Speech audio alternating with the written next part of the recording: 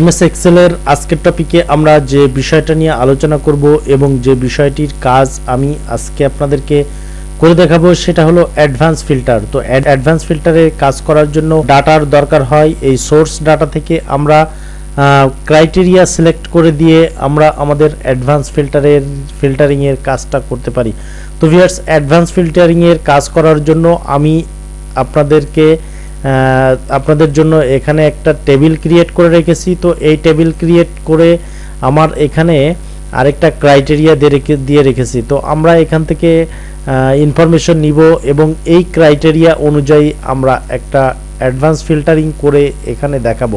তো ভিউয়ার্স, আমরা advance filtering এর জন্য এখানে যে ক্যাটাগরি বা সোর্স বা ক্রাইটেরিয়াটা এখানে নিয়ে রেখেছি সেটা হলো ডিপার্টমেন্টের নাম এবং সেটা হলো কি র স্টোর। তো আমি এখানে এই ডিপার্টমেন্টের ফিল্টারিং করে আপনাদেরকে দেখাবো। তো ভিউয়ার্স, এখানে আমরা দেখে নিই যে এই ডিপার্টমেন্টের ভিতরে র স্টোর শব্দটা কয়টা আছে। তো এখানে ভিউয়ার্স 3 জায়গাতে র স্টোর আছে এবং আমি এই 3টা জায়গার যে র স্টোর রয়েছে সেটা আমি অ্যাডভান্স ফিল্টারিং এর মাধ্যমে আপনাদেরকে ডাটাটা নিয়ে দেখিয়ে দিব। তো তার জন্য আমি কার্সরটা এখানে রেখে দিলাম, রেখে দিয়ে আমি সরাসরি ডাটাতে ক্লিক করলাম। ডাটাতে ক্লিক করার পরে আমরা এখানে একটা ফিল্টার নামক একটা অপশন পেয়ে যাব। তো ফিল্টারের পাশেই আমরা অ্যাডভান্স নামে একটা যে অপশন পাবো সেখানে ক্লিক করব। এখানে ক্লিক করার পরে আমরা অ্যাডভান্স ফিল্টার নামে একটা অপশন পেয়েছি এবং আমরা এখানে যে একটা ডায়ালগ বক্স পেয়েছি, এই ডায়ালগ বক্সে আপনারা ভিউয়ার্স দেখেন ডায়ালগ বক্স আসার সাথেই কিন্তু আমাদের এখানে যে টেবিলটা ছিল সেটা কিন্তু এখানে সিলেক্ট হয়ে গেল। তো ভিউয়ার্স, আরেকবারও আমি আপনাদেরকে দেখিয়ে দিই। অ্যাডভান্স ফিল্টারে ক্লিক করলাম, এখন দেখেন আমাদের যে টেবিলটা ছিল এই টেবিলটা কিন্তু পুরোপুরি সিলেক্ট হয়ে গিয়েছে। তো এখান থেকে ডাটা নিয়ে আমরা আমাদের রিপোর্টটা আমরা এখান থেকে তৈরি করব। তো ভিউয়ার্স, এরপরে আমরা ক্রাইটেরিয়া বা রেঞ্জটা সিলেক্ট করে দেব। তো আমার রেঞ্জ সিলেক্ট করা এখানে রয়েছে ডিপার্টমেন্ট র স্টোর এবং আমরা এখন অ্যাকশন বাটনে ক্লিক করব। অ্যাকশন বাটন আছে filter the list in place এবং কপি টু অ্যানাদার লোকেশন। তো আমরা অ্যানাদার লোকেশনে কপি করব এবং সেটা কোথায় আমরা এটার রেজাল্ট দেখতে চাই সেটা আমরা এখান থেকে সিলেক্ট করে দেব।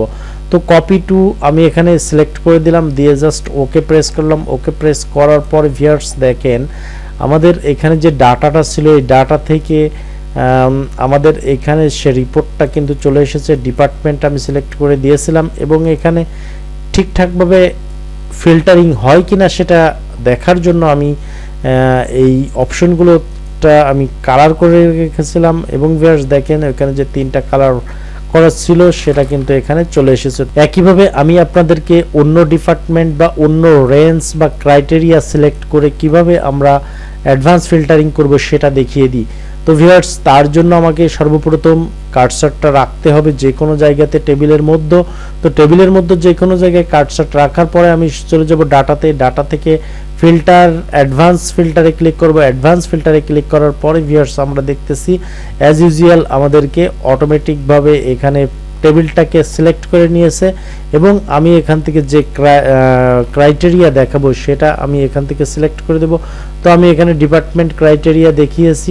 ডিপার্টমেন্ট ক্রাইটেরিয়া দেখানোর পরে আমি কপি টু অ্যানাদার লোকেশনে গিয়ে just copy to another location আমি এখান থেকে সিলেক্ট করে দিব।